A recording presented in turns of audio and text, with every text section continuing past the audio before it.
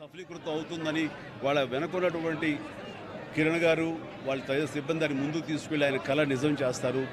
ఆయన ఆయన ఆయన అది జరిగి తీరుతున్న ఇది అందరూ ఆయనలో ఒక గంభీరమైన వ్యక్తిని చూస్తుంటారు. కానీ నేను ఆయనలో ఒక చిన్న పిల్లవాడిని, ఒక పసిపిల్లవాడిని కూడా నేను చూడడం జరిగింది.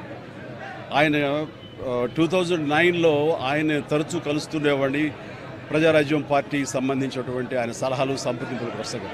ఆ సమయంలో భోజనం అయిన తర్వాత నేను ఆయన ఒక పెన్ను, ఒక కార్టియర్ పెన్ను నేను ఆయనకి గిఫ్ట్గా ఇవ్వడం జరిగింది. ఎందుకంటే ఆయన పెన్నులు కలెక్ట్ చేస్తారు, ఆయన హాబీగా ఉంది అని తెలిసినప్పుడు ఆయనకు ఆ పెన్ను ఇచ్చినప్పుడు సుతారంగా వద్దు అంటారేమో అనుకున్నాను. కానీ చాలా ఆప్యాయంగా తీసుకుంటూ చిన్నపిల్లవాళ్ళగా ఆ పెన్ను చూసుకుంటూ, ఒక చిన్నపిల్లవాడికి టాయ్ ఇస్తే ఎంత ఎగ్జైట్ అవుతారు, అంత ఎగ్జైట్ అవుతావు. వండర్ఫుల్ పెన్, చాలా బాగుంది చిరంజీవి గారు అని. మీకు అంత ఇష్టం అంటే, అయ్యో నాకు పెన్నులు కలెక్ట్ చేయడం చాలా ఇష్టం, రండి చూపిస్తానంటూ లోపలికి తీసుకువెళ్ళి ఇదే హౌస్లో ఆయన బీరువా తెరిచి ఆయన కలెక్ట్ చేసినటువంటి మంచి మంచి గొప్ప పెన్స్ అని చూపించి, ఇన్ని పెన్స్ ఏం చేసుకుంటారండి అంటే, అయ్యో ఇవి చాలా ఇష్టం అండి, నా మనసుకి ఏదైనా ఆలోచన తోచినప్పుడు ఒక్కొక్కసారి ఒక పెన్తో డైరీలో రాసుకుంటానన్నట్టు ఆయన రకరకాల ఇంకులతోటి, ఎరుపు, నలుపు, ఆకుపచ్చ, బ్లూ, ఎరుపు ఇలాంటి రంగులతోటి ఆయన కప్లెట్స్ లాగా ఆయన ఆలోచనల్ని అక్షర రూపంలో ఆ డైరీలో రాసుకోవడం చూసిన తర్వాత ఆయన నిరంతరం ఈ సొసైటీకి ఏం చేయాలి, నెక్స్ట్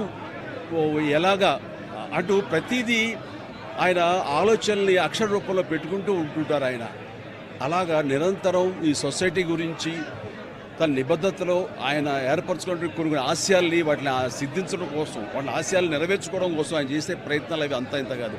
ఆ రకంగా ఆయనలో ఆ రోజున అంత అబ్బురపడిపోయినటువంటి ఆ చిన్న పసి బాలును కూడా నేను చూడగలిగాను. ఇట్లా ఈ రోజున ఆయన లేరు మనకు అన్నది ఒక తీరని లోటు.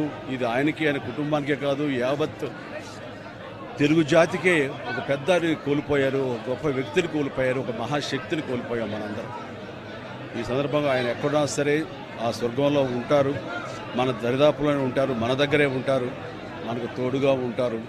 ఆయన ఆత్మకు శాంతి చేకూరాలని వాళ్ళ కుటుంబ సభ్యులకి, వారి సిబ్బందికి, వాళ్ళ అనుయాయులకి, ప్రతి ఒక్కరికి నా యొక్క ప్రగాఢ సానుభూతిని తెలియజేస్తున్నాను.